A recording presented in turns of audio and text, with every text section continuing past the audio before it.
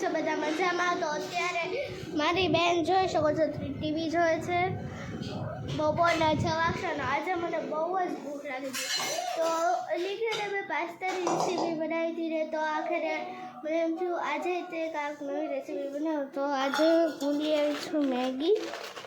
તો આજે હું મેગી બનાવું છું. મેગી કેવી રીતે બનાવી એ તમારે જોવું હોય તો તમે કન્ટિન્યુ બ્લોગમાં બના રહેજો.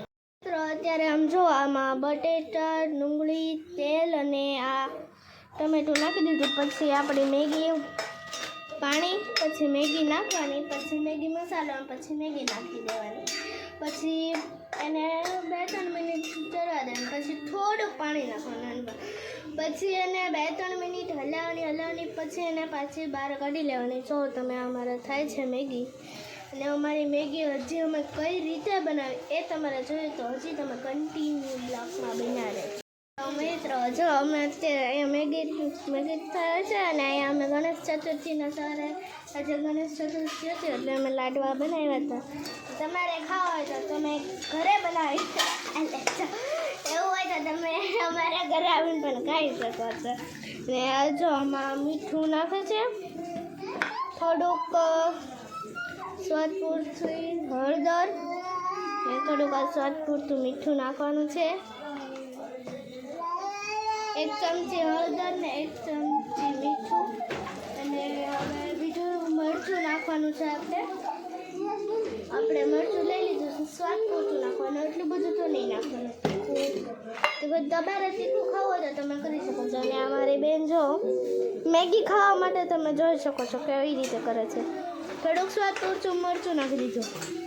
હવે આપણે સ્વાદ પૂરતું મરચું નાખી દીધું. હવે મેગીને ખાલી મેગીને એવું જ નાખવાનું બાકી છે. આપણે મેગીને તોડી તો આપણે જોઈ અંદરથી તમને ખબર જ હશે નોર્મલી કેવી નીકળે તો આપણે કાઢવી ચાલો. તો આપણે મેગીને તોડી આમાં જો આપણે પાણી નાખી દીધું છે એટલે આવું લાલ થઈ ગયું છે. અને હવે આપણે મેગી નાખવાની છે. પહેલાં આપણે મેગી મસાલો નાખશું, પછી મેગી નાખશું. તો એક 10 વાળી મેગી છે, તમે જોઈ શકો છો 10 વાળી હતી મેગી. તો આની અંદર એક મસાલો આવે છે અને આવી એક મોટી જબર મેગી આવે છે, તમે જોઈ શકો છો. તો ચાલો આપણે આને પહેલાં કટકા કરી નાખીએ, ભૂકો કરી નાખીએ, પછી આપણે એની અંદર નાખવાની છે.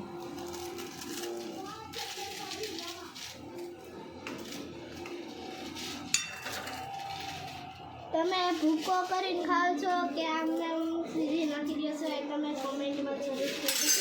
તમે તો આપણે મસાલો નાખી દેવી. તમે જોઈ શકો છો પાણી ઉકળી ગયું છે.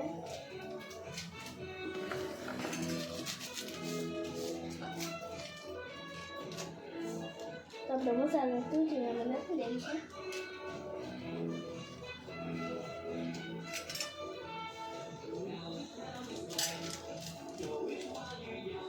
આપણે બધો મસાલો નાખી દેવાનો છે. પછી નોર્મલી આપણે બધું હલાવી નાખવાનું છે, એટલા માટે આ જે હોય એ મિક્સ થઈ જાય. તો હવે આપણે નાખી દઈશું મેગી. આપણે મેગી નાખી દીધી છે. હવે જ્યાં સુધી મેગી ન બને ત્યાં સુધી આપણે મિક્સ કરતું રહેવાનું અને પાણી ન બને ત્યાં સુધી આપણે મિક્સ કરતું રહે. આપણી મેગી કેવી બની એને એ જોવા માટે તમે કન્ટિન્યુ બ્લોગમાં બનાવે છે. તો આપણી મેગી બની તૈયાર થઈ ગઈ, તમે જોઈ શકો છો. ને મારી બેન પણ અહીંયા ખાવા બેસી ગઈ છે. તો ચાલો આપણે ટેસ્ટ કરીએ કેવી બની મેગી આપણી.